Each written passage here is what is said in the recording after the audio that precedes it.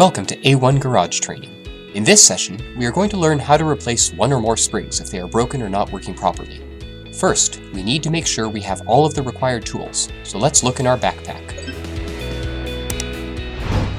We're going to need safety glasses, a 9/16 wrench, a 7/16 wrench, a set of vice grips or locking pliers, and a set of winding bars.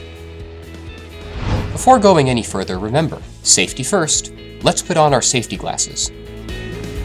Make sure you have a secure ladder that can support your weight. Also, make sure you are not alone. If anything goes wrong, it is very important to have someone nearby to help you out. Okay, now we are ready to start on the first step, unwinding the springs. Disable the door opener by unplugging the cable from the power socket. The last thing you want is for someone to come in and start the door while you're working on it. Also, pull down on the manual release cord to disengage the opener from the door. Make sure the full weight of the door is resting completely on the floor. Position the ladder and yourself to the side of the spring.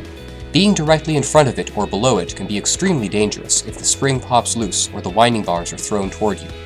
From this safe angle, let's take both winding bars and carefully go up the ladder. Insert one of the bars all the way into the middle winding hole and hold it tight. Use your 7/16 wrench to loosen the bolts on the winding cone at the top of the spring. Make sure you keep a firm grip on the bar, because as soon as you loosen the bolts, you are going to feel the pressure of the spring trying to unwind itself. Pull the winding bar down to start turning the spring until the bar hits the door and can't go any further. With your other hand, insert the second winding bar into the middle hole once again. You can let go of the first bar if it is well inserted and pressed against the door, but never pull it out before first inserting the second bar. If there's nothing to hold it, the spring will start spinning out of control. It is a good idea to always use the same hand to pull down the bar, so your arms don't get crossed and trip you up. Each time you do this, you will be unwinding the spring 1/4 of a turn. You will need to do this about 30 times to completely loosen the spring. In this example, we are only going to do it 10 times. If you're working on a 2-spring system like this one, you'll need to unwind both springs. You'll know when the springs are completely unwound if the cables holding the door on both ends are totally loose. If they still hold tension, then you need to unwind the springs some more. Great, we've just finished the first step. Let's move on to the second one. Step 2. Removing the springs. Now that the springs are unwound, we can take them off. Pick your 9/16 wrench and get up close to the center plate. That is, the metal piece that holds both springs together and attached to the wall. There are 2 9/16 bolts there. Loosen them completely to free the springs.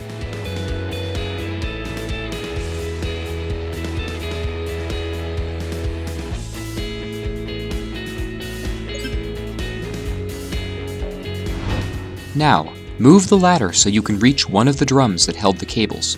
We need to take it off to remove the springs. Use your 7/16 wrench to unbolt it.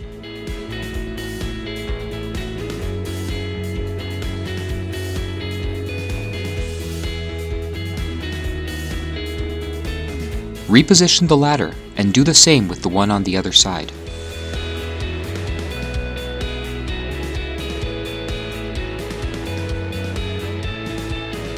With both hands, pull the torsion tube firmly, shift it over, and let it rest on the J-bar on the center of the door. Get off the ladder and pull out the drum, the spring, and the plastic bearings. Reposition the ladder and do the same on both sides.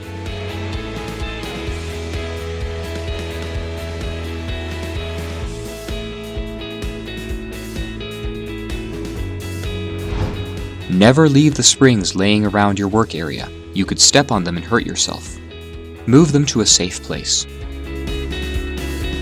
Alright, we've finished the second step. Now, let's install the new springs. Step 3. Installing new springs. We already have this side of the torsion tube down, so let's start here. Before going any further, make sure the springs are of the correct size for your door. We also have videos on that subject you can consult. Pick up your new springs. You can tell which side the spring goes on by its color marking. The red one goes on the left, and the black one goes on the right. In this case, we need the right one, so leave the other in a safe place. Face the black marking outwards, slide the spring back on, and push it to get it closer to the center of the tube. We have to do the same with the right drum. As with the springs, you can tell which side it belongs to by its color marking: red on the left and black on the right. Choose the black one, slide it on, and give it a small push. Insert the torsion tube in the right side plate. Now, let's go to the other side. Pull out the tube from the socket and let it rest on the J-bar at the center of the door so it slants to the left. On this side, we have to start with the bearing that goes between the two springs. But wait, the plastic bearings, like the one we had here, are only good for about 10,000 cycles, and to replace them you have to take off the whole spring system. To avoid that, let's replace it right now with a steel bearing, which has a longer lifespan.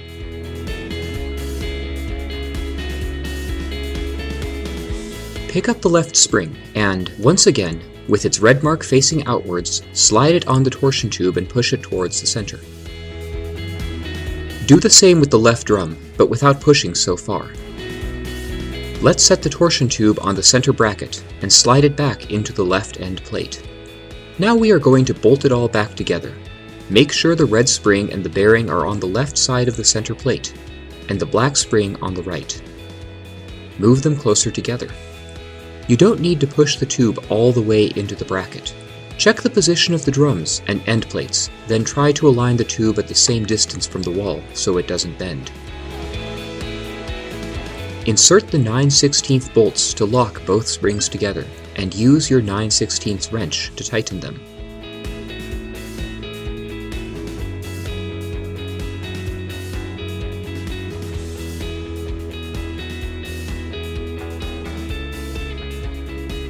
Now, get to one of the drums and reattach its cable. Check carefully that it is not caught or stuck anywhere on the door, and it goes smoothly from the bottom all the way up. Slide the cable into the notch on the drum until it's firmly locked. Start turning the drum toward you, wrapping the cable around the outer layer. After you're sure the cable won't pop back off, push the drum against the end plate. Tighten the bolts with your 7/16 wrench.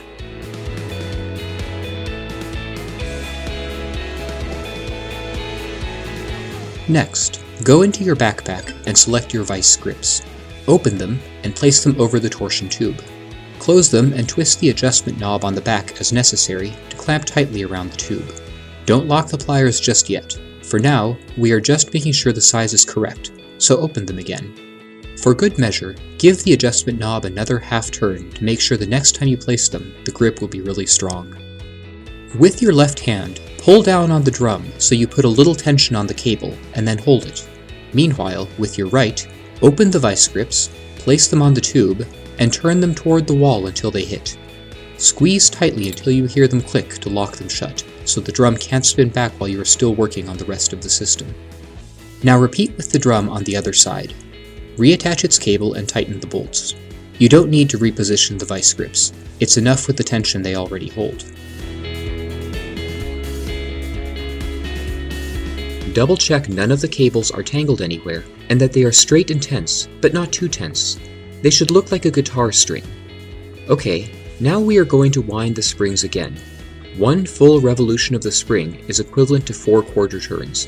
For every foot of door height, you need about 1 full revolution. So if your door is 8 feet high, like this one, you'll need to do 32 to 34 quarter turns.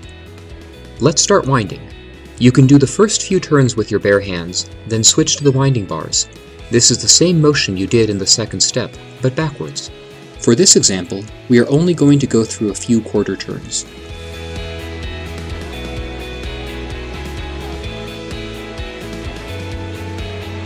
Tighten the bolts with your 7/16 wrench to lock the spring in place.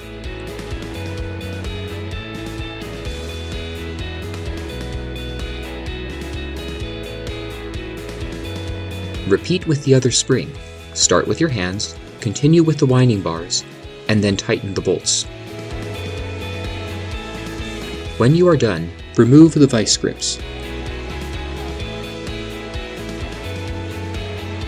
If everything was done correctly, you should be able to lift the garage door without too much effort, and if you let go, it shouldn't drop down on its own. If it doesn't work properly, it's possible the springs need to be tightened more, are on the wrong side, or even are not the correct size. Once everything is looking good, go to the door opener and plug the cable back into the power socket. Also, set it back to automatic mode by pulling the cord back and upwards. Finally, click the button on the wall to let the trolley catch up and connect itself.